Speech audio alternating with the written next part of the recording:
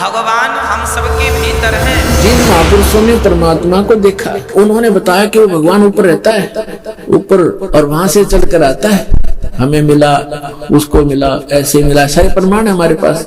अब वेद क्या बताते हैं उस परमात्मा के बारे में, वो क्या लीला करता है? यदि वेदों में भी वही प्रमाण मिल जाता है जो उन महापुरुषों को मिला जिन्होंने बताया कि मुझे भगवान मिले परमात्मा और सचखंड लेकर के मुझे वापस छोड़ा, वो है परमेश्वर ब्रह्म, वो कंप्लीट गॉड है। और उसी वैसी ही लीला वेद बताते हैं, तो आप अपने आप समझ में आ जाना चाहिए, अगरम अगरम खत्म हो जाना चाहिए। भगवान हृदय में, लोग कहते हैं भगवान तीर्थों में, पर सुनिएगा ये दास कहता है ना तो भगवान हृदय में है, ना तो भगवान तीर्थों में है, ना तो भगवान वैकुंठ में है, ना तो भगवान कण कण में है। साची तजय और करे झूठ तने ताकि संगत है प्रभु स्वप्न में बिना थी। इसे नालायक आदमी तो कहते स्वप्न में भी नहीं मिला, जो आंखों प्रमाण देखकर फिर बकवास करता है, झूठ बोलता है, रामपाल ये करता है, कहाँ लिखा दिखाने लग रहा है। मैं सारे सदग्रंथ प्रमाणित कर रहा हूँ, सामने दिखा रहा हूँ, फिर भी कहता है, झूठ बोलता है, तो वो स्वार्थी और काल का पक्का दूत है।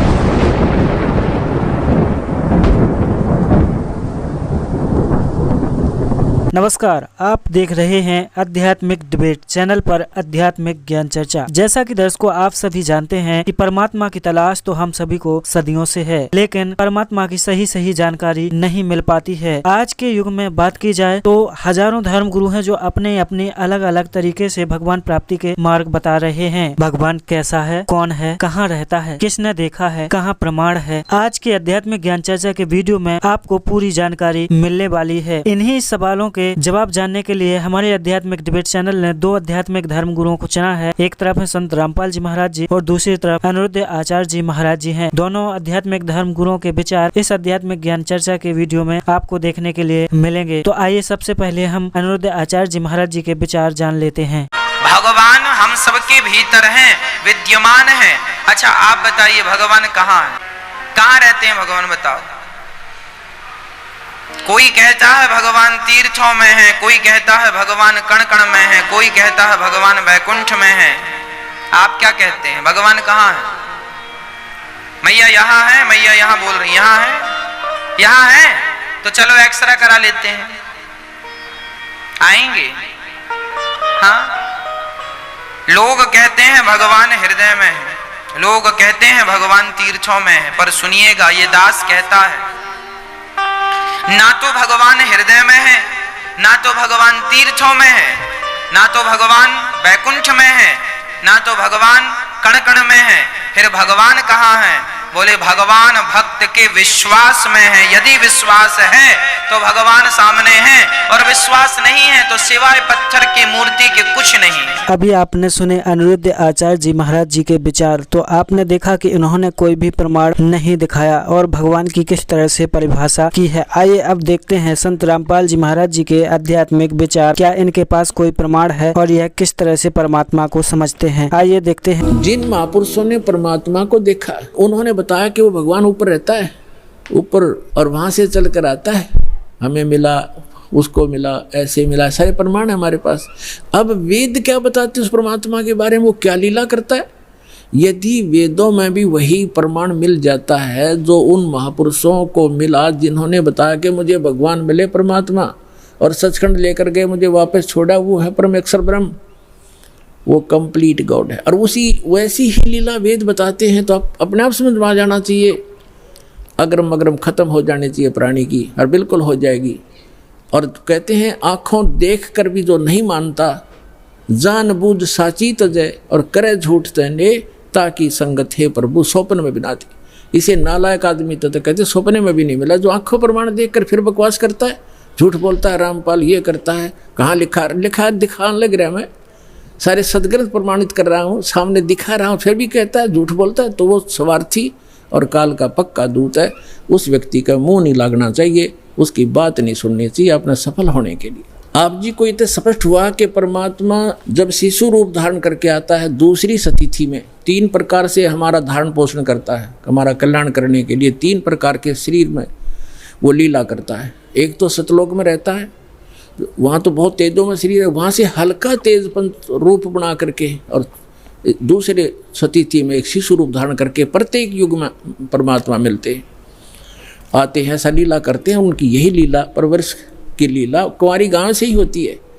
और तीसरी सतीथि में वो महात्मा साधु संत का रूप बना के कभी भी कहीं प्रकट हो जाते हैं और अपनी अच्छी आत्माओं को मिलते हैं, उनको ज्ञान समझाते हैं। उनके विषय में आपको बहुत बार बताया है कि किन किन महापुरुषों को वो मिले हैं। और उन्होंने फिर बताया कि हमको परमात्मा मिले अनंत कोट ब्रह्मांड का एक रति निभार और सतगुरु पुरुष। पुरुष माने परमात्मा, भगवान, कंप्लीट गॉड, कबीर है, कुल के सृजनहार।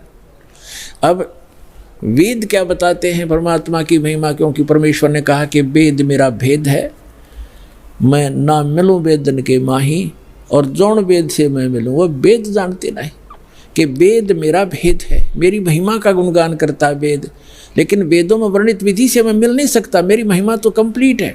लेकिन जिस वेद से, वेद माने ज्ञान से, तत्व ज्ञान से मैं मिलूं, वो ये चारों वेद जानते नहीं, इनमें वो ज्ञान नहीं है। उसका ज्ञान स्वयं ही परमात्मा ने आके बताया। अरे विश्वदास को भेज रखा है, लाभ उठाओ प्राणियों। ये देखो, अब आपको ऋग्वेद दिखाते हैं। ये है ऋग्वेद। ये कहाँ से प्रकाशित है? सार्वदेशिक कार्य प्रतिनिधि सभा, महर्षि दान भवन, रामलीला मैदान, नई दिल्ली से। ये कौन इसके भाष्य, आर्य भाषा भाष्य, ये मुद्रक है। कमाल की बात है कि जो व्यक्ति परमात्मा को निराकार बताते हैं कि वेदों में निराकार लिखा, वो अनुवाद कर रहे हैं। कैसी अद्भुत लीला उस परम पिता की पुण्यात्माओं आप पर रहम कर रखा है। यदि इन वेदों में ये ना लिख रखा होता, अनुवाद नहीं कर रखा होता इन्हीं के द्वारा, तो ये कभी भी आपको ऊपर नहीं आने देते कि रामपाल दास साची कह रहा है। लेकिन वो तो अन्य प्रमाण बहुत से देता दास, और भगवान जो लीला करता वो करके दिखाते, प्रमाणित हो जाता। लेकिन और ज़्यादा समय लग जाता, ये भ्रमित करने वालों का दाव लगा रहता। अब इनका दाव कति समाप्त हो गया। इन्होंने अपने कर कमल से अनुवाद कर रखा। अनुवाद सही है, उनकी सोच गलत है, उनका अनुभव गलत है। महर्षि दानंद ने सत्यार्थ प्रकाश नामक एक पुस्तक का निर्माण किया है, रचना की है। उसमें उन्होंने स्पष्ट लिखा है कि मैंने इस पुस्तक का निर्माण वेदोनुसार किया है, वेदों के प्रमाणों को हल्का सरल करके लिखा है। और उसमें स्पष्ट है कि वेदों के विपरीत ज्ञान है सारा। महर्षि दानंद और उसके सारे चेले परमात्मा को निराकार बताते हैं, उसका कोई स्थान नहीं है, वो एक देशीय नहीं है, एक स्थान पर नहीं रहता। और देख वेद क्या बताते हैं, वो एक देशीय है, भवनों के सब लोकों के ऊपर के स्थान पर रहता है और वहाँ विराजमान है, धूलोक के तीसरे पृष्ठ पर रहता है, एक देशीय है। तो ये महर्षि दानंद कंप्लीटली अज्ञानी आदमी था पूर्ण रूप से, और उसी अज्ञान के आधार से उनके द्वारा भ्रमित आर्य समाज है। दास का उद्देश्य किसी की निंदा करना नहीं, केवल आपको सही दिशा देना उद्देश्य रखता हूँ कि आपके समझ में आया नहीं, ना इन ऋषि महर्षि इन ब्राह्मणों का समझ में आया, इस दास पर दया करी, इसका पूरा मानव समाज लाभ उठाओ, सबका कल्याण होगा। हमने किसी से द्वेष नहीं। ये देखो ऋग्वेद मंडल नंबर 9 सूक्त 86 और मंत्र नंबर 26 पढ़ेंगे। इसमें लिखा है कि यज्ञ करने वाले यजमानों के लिए परमात्मा, यज्ञ माने धार्मिक अनुष्ठान, करने वाले यजमान माने भक्त, साधना करने वाले साधकों के लिए परमात्मा, सब रास्तों को सुगम करता हुआ उनके विघ्नों यानी संकटों को मर्दन करता है, नष्ट करता है, उनको पवित्र करता हुआ और अपने रूप को सरल करता हुआ। क्योंकि सतलोक में परमात्मा का रूप आपको बताया दास ने कि बहुत तेजों में है। अगर वो एज इट इज आ जावे यहाँ पर उसी तेजो युक्त शरीर से, जिसके एक रोमकूप में करोड़ सूर्य करोड़ चंद्रमा मिला दे, इतनी रोशनी तो हमारी चरम दृष्टि नहीं दे सकती। हम तो एक सूर्य को नहीं देख सकते, और वो तो करोड़ों सूर्य एक रोमकूप में इतना प्रकाश इतनी चंद्रमा मिला दे। तो इसलिए परमात्मा अपने रूप को सरल करके आते हैं। जैसे एक कक्ष में, कमरे में 1000 वाट का ट्यूब है, 500 की है, 100 की है और एक 0 की भी है या 10 वोल्टेज की है। सब बंद करके एक 10 वाट की चालू कर दी या 5 वाट की, तो जितना आवश्यक प्रकाश उससे है वो हो गया। बाकी वो है विद्यमान, लेकिन वो प्रकाश ऑफ कर लिया। ऐसे ही वो परमात्मा का जो शरीर है इतना नूरी है, उसको कम करने के लिए वो अपने उस ऐसे स्विच ऑफ करके ओनली सिंपल सा प्रकाश युक्त शरीर यहाँ रख लेते। तो उसका प्रमाण यहाँ देखिएगा, ये पढ़ रहे हैं ऋग्वेद मंडल नंबर 9 सूक्त 86 मंत्र 26 पढ़ रहे हैं, 86 का 26। अपने रूप को सरल करता हुआ, अपने रूप को शरीर, अपने रूप को सकल को सरल करता हुआ वह कांति में परमात्मा। ये देखो इन्होंने यहाँ गड़बड़ी कर दी। ये देखो यह है कबीर, हम कबीर बोल रहे हैं, बै बोल रहे हैं हम कबीर, वेदों को वेद बोलते हैं। तो यहाँ कबीर, हम इस यो कबीर लिखा कबीर, इस रे को इन्होंने संधि छेद करके अपसर्ग लगा दिया, अपसर्ग लगा के इसका अर्थ कर दिया, कवि का अर्थ कर दिया सर्वज्ञ। कवि कोई सर्वज्ञ नहीं होता, ना आज तक होया है, परमात्मा ही सर्वज्ञ होता है। यहाँ अर्थ नहीं करना चाहिए था, अर्थ करके अनर्थ किया इन्होंने। यदि कहीं किसी काव्यकार की महिमा वर्णित हो और वहाँ कवि शब्द हो तो वहाँ अर्थ किया जा सकता, काव्यकार कर दे, सर्वज्ञ वहाँ भी नहीं किया जा सकता। तो यहाँ कबीर देव लिखना था। आपको प्रमाण दिखाते हैं, जैसे ये एक पुस्तक है यजुर्वेद, इस पर ऊपर रे लगा हुआ है। अब इसी में प्रमाण दिखाते हैं आपको। ये देखिएगा, ये यजुर्वेद है, ये महर्षि दानंद द्वारा ही इसका अनुवाद है। ये प्रकाशक सार्वदेशिक कार्य प्रतिनिधि सभा 2/5 महर्षि दानंद मैदान नई दिल्ली से, और ये महर्षि दानंद द्वारा इसका अनुवाद है, और ये यहाँ से छपा। इसके हम आपको ले चलते हैं 36वें अध्याय के, यह 60-30 अध्याय यानी 36वां अध्याय 36, 60-30, 36, 36, 36। और यहाँ आगे हम ये यजुर्वेद है, और यहाँ देखिएगा इसका प्रथम मंत्र है, इसमें लिखा है कि रचम वाचम परपदे मनो यजु परपदे। ये यजु शब्द है, इसका 2 अपसर्ग लगा रखे। अब इसका अनुवाद महर्षि दानंद जी ने यहाँ कर रखा है, देखिएगा इसमें यजु, ये यजु शब्द है, इसका अर्थ यजुर्वेद लिख दिया, बिल्कुल सही। अगर इसका अर्थ कर देता तो ये महिमा यजुर्वेद की थी, और यहाँ यजुर्वेद लिखना पड़ा, ये रे ला के हमको यजुर्वेद बोलना, यजुर्वेद। तो यहाँ रे इसने यजुर्वेद लिखा, बिल्कुल सही लिखा। अगर यहाँ अर्थ कर देते तो महिमा यजुर्वेद की थी, तो कैसे समझते कि किसकी महिमा, ये अनर्थ हो जाता।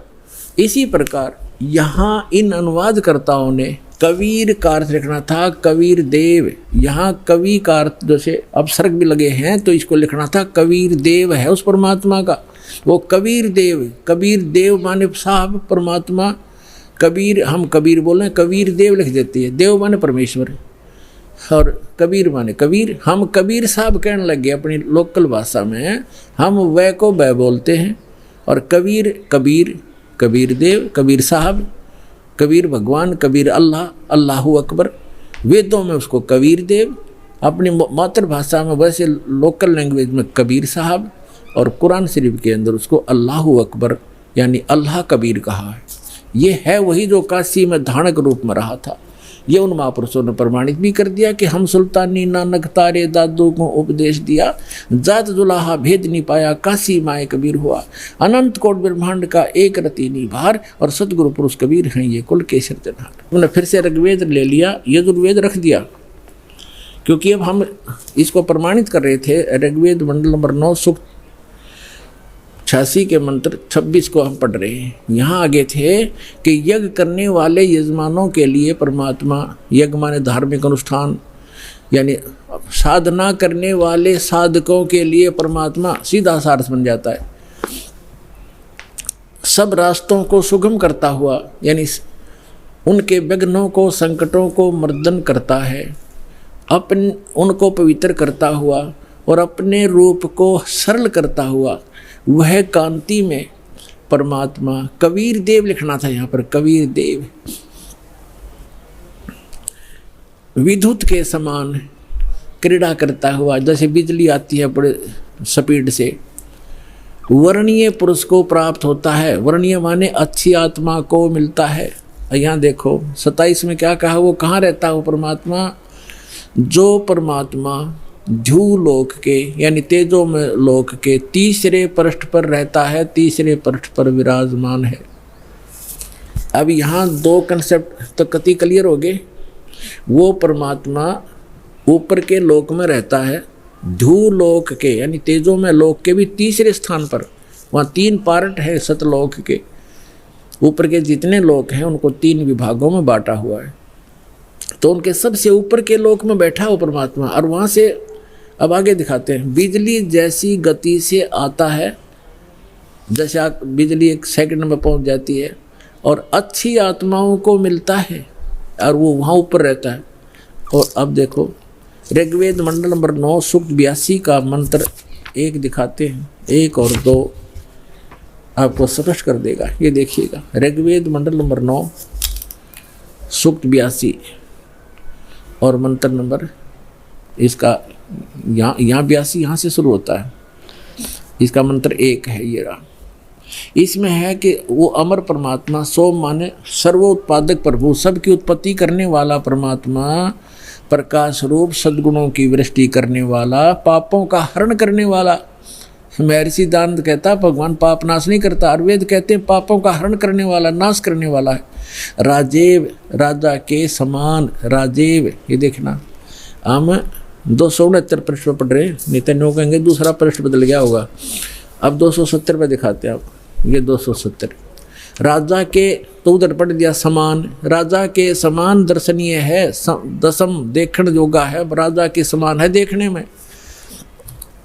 पृथ्वी आदि लोक लोकांतरों के चारों ओर शब्दमान हो रहा है। वह वर्णीय पुरुष को, अच्छे आत्मा, अच्छे भगत को, अच्छे व्यक्ति को, जो दृढ़ भक्त है, जो पक्के भक्त हैं, उनको पवित्र करता हुआ प्राप्त होता है, उनको मिलता है। जिस प्रकार विद्युत आकाशीय बिजली सन्हे वाले स्थानों को आधार बनाकर प्राप्त होता है, जैसे पहले वर्षा के दिनों में हमारे घरों में एक कांसी धातु होती थी, कांसी, उसके थाली बेले गिलास कटोरे हुआ करते थे। और हमारी दादी जी कहा करती थी हमारी माताओं से, चाची ताइयों से, कि बाहर जो थाली रखी होती, बेले रखे होते कांसी के, कहा करती इनको अंदर रखो, क्योंकि कांसी की धातु पर, थाली पर बिजली गिर जाती है आकाश की, क्योंकि उसका अट्रैक्शन होता है। तो यहाँ यही कहा है, वेद बता रहे हैं कि वो परमात्मा अपने उन पुण्य आत्माओं को ऐसे आधार बनाकर प्राप्त होता है, उसका अट्रैक्शन होता है उन अच्छी आत्माओं, दृढ़ भक्तों में। जिस प्रकार आकाशीय बिजली धातु विशेष पर अट्रैक्ट होकर उसी पर आधार बनाकर आती है। बता के कसर छोड़ दी, क्या कमी छोड़ दी वेद ने बताने में। अब आगे देखो, ऋग्वेद मंडल नंबर 9 सूक्त 82 का मंत्र नंबर 1 आपने पढ़ लिया। अब दो में क्या बताया है, किस लिए आता है वो। हे परमात्मन, उपदेश करने की इच्छा से आप, ओहो, यानी ज्ञान देने के लिए, यथार्थ ज्ञान देने की इच्छा से आप महापुरुषों को प्राप्त होते हैं। हो गया स्पष्ट कि जैसे आकाशीय बिजली आती है, गतिशील होकर के यहाँ आते हैं। और देखो ऋग्वेद मंडल नंबर 9 सूक्त 82 का मंत्र नंबर 3 में क्या कहा है, पवित्र यज्ञों में रक्षा से आप प्राप्त होते हैं। पृथ्वी आदि लोकांतरों में गति करते हुए, सर्वव्यापक नहीं, आप है, गति करते हुए, ये गलत लिखा है, इन अपनी सोच थोड़ी अड़ाई है। आप माने आप स्वयं गतिशील होकर विराजमान होते हैं। आप स्वयं गतिशील होकर वहाँ से चलकर आते हो, ऊपर दूर लोग के तीसरे पृष्ठ में रहते हैं, वहाँ से गतिशील होकर के आप हमारे यहाँ पर आते हो, अच्छी आत्माओं को मिलते हो। अब और ऋग्वेद मंडल नंबर 9 और सूक्त नंबर 54 का मंत्र नंबर 3 दिखाते हैं, देखिएगा। ऋग्वेद मंडल नंबर 9 सूक्त 54 का और मंत्र नंबर 3 है। इसमें लिखा है कि सूर्य के समान जगत प्रेरक यह परमात्मा सोम स्वभाव वाला और जगत प्रकाशक है, और सब लोकों को पवित्र करता हुआ भुवनो ऊपरी तिष्ठति, भुवनो ऊपरी तिष्ठति, संपूर्ण ब्रह्मांडों के ऊर्ध्व भाग, ऊपर के भाग में भी नहीं, वहाँ वर्तमान है, वहाँ रहता है। भी तो इसका आता ही नहीं, वहाँ रहता है। अपने आत्माओं, ऋग्वेद मंडल नंबर 9 सूक्त 20 और मंत्र नंबर 1 में क्या बताया है? ऋग्वेद मंडल नंबर 9 सूक्त 20 मंत्र 1 में, यो 20 मंत्र 1 में वह परमात्मा, यहाँ लिखना कबीर देव, ये कवि नहीं, ये कबीर देव, ये ऊपर लिखा कबीर देव। इस रे को इन्होंने यहाँ कबीर लिखना था, कबीर देव, वो कबीर परमेश्वर मेधावी, यहाँ लिखना था कबीर परमेश्वर है। वह परमात्मा कबीर देव है, कबीर परमात्मा वह कबीर देव है जो सबका रक्षक है, विद्वानों की तृप्ति के लिए ज्ञान को देता है। विद्वान यानी वही आकर के वो ऐसा ज्ञान देता जिससे बुद्धिमान लोग तृप्त होते हैं, संतुष्ट होते हैं। और सहनशील है, संपूर्ण दुष्टों को संग्रामों में यानी ज्ञान के युद्ध में तिरस्कृत करता है, सबको पराजित कर देता है अपने तत्व ज्ञान से। अब आज इतना ही इन सदग्रंथों से हमने लेना था। अब दास सुनाएगा। आज का जो सत्संग सुनाना चाह रहा था दास, अब शुरू कर रहा हूँ उसको, लेकिन समय थोड़ा है इसलिए संक्षिप्त में बताऊंगा। अब 2 प्रकार से मानव शरीर प्राप्त होता है, और दूसरा ये था कि सत्संग केवल परमात्मा ही आकर बताते हैं, यथार्थ ज्ञान स्वयं भगवान बताते हैं। तो वो परमात्मा 600 वर्ष पहले आए थे, उन्होंने यथार्थ ज्ञान दिया, और वो अच्छी आत्माओं को मिलते हैं और उनको फिर यथार्थ ज्ञान से परिचित कराते हैं। उसके लिए परमेश्वर ने स्वयं कहा है, चारों युग में मेरे संत पुकारे, कूक कहा हम हेल रे, हीरे माणक मोती बरसे, ये जग चुगता ढेल रे। चारों युग में मेरे संतों ने आवाज लगा लगा कर, हेला देकर, आवाज ऊंचे स्वर में गूंज गूंज कर बोला है। और हमने भी चारों युग में मेरे संत पुकारे, मेरे संत जो मुझसे परिचित हुए, और कूक कहा हम हेल रे, हमने सब जगह आवाज लगा लगा कर ढोल के डंके पर कहा कि तुम साधना गलत कर रहे हो, तुम अपने ग्रंथों से परिचित नहीं हो बच्चों, हम जो ज्ञान दे रहे हैं ये मोक्षदायक है, तुम्हारा पाप नाश करेगा, तुम्हें सुख देगा। तो जो यथार्थ भक्ति मार्ग रूपी हीरे मोती लाल वो तुमने स्वीकार नहीं किए, और आन उपासना शास्त्र विधि त्याग कर मनमानी पूजा करके वो कंकर पत्थर इकट्ठे कर लिए जो जिनकी कोई कीमत आगे नहीं मिलनी आपको। तो यहाँ बताते हैं, चारों युग में संत पुकारे, कूक कहा हम हेल रे। और ये सत साधना मोक्षदायक ज्ञान और भक्ति रूपी हीरे माणक मोती बरसें, ये जग चुगता ढेर रे। हमरा ज्ञान किन्हें ना सुनिया, और पर भी लेन जात है दुनिया। हमारा ज्ञान कोई सुनता नहीं, और वहाँ पर भी में नहाने जाते हैं उस तालाब में जहाँ इन शास्त्र विरुद्ध ज्ञान देने वाले साधकों ने, संतों ने मिसगाइड किया हुआ है। वहाँ कुंभ का मेला लगेगा, उस तालाब में नहाने से मोक्ष हो जाएगा। आपसे पहले तो कछुए, मछलियाँ, मेंढक रहते हैं, वो मुक्त हो जाते हैं, आपसे पहले उसके अंदर ही पड़े हैं वो। अरे बोले आदमियों, है कहीं गीता जी में लिखा कहीं पर ये जा करके पर भी लेकर आओ, या कोई अन्य मंत्र जाप करो, या श्राद्ध निकालो? बल्कि मना किया है श्रीमद् भगवद गीता में 9वें अध्याय के 25वें श्लोक में कहा है कि जो भूत पूजते हैं वो भूत बनते हैं, जो देवों की पूजा करते हैं देवलोक में जा करके उनके नौकर लगते हैं, वहाँ चले जाते हैं, और जो पितर पूजते हैं वो पितर लोक में चले जाते हैं, और मेरे पूजने वाले मुझे प्राप्त होते हैं, यानी ब्रह्मलोक में चले जाते हैं। और फिर वो 18 में जाके 62वें श्लोक में कहता है कि उस परमात्मा की शरण में जा, जहाँ जिसकी कृपा से तो परम शांति को, सनातन परम धाम को प्राप्त होगा। तो कहीं पर भी पूरी श्रीमद् भगवद गीता में ना कोई तीर्थ, ना व्रत, और ना ही किसी अन्य उपासना का प्रमाण है। तो हमने शास्त्र विधि अनुसार साधना करनी है जो हमारे सदग्रंथ बताते हैं। सदग्रंथों में आपको पहले भी बता दिया कि जो वेद हैं, चारों वेद, ये गॉड गिवन है, लेकिन 5वां वेद गुप्त था, इसने छुपा दिया। उसमें कंप्लीट कोर्स था, पूरा मोक्ष मार्ग था, पूरा ज्ञान था, वो नहीं रखा। तो परमात्मा स्वयं आकर वो ज्ञान देते हैं।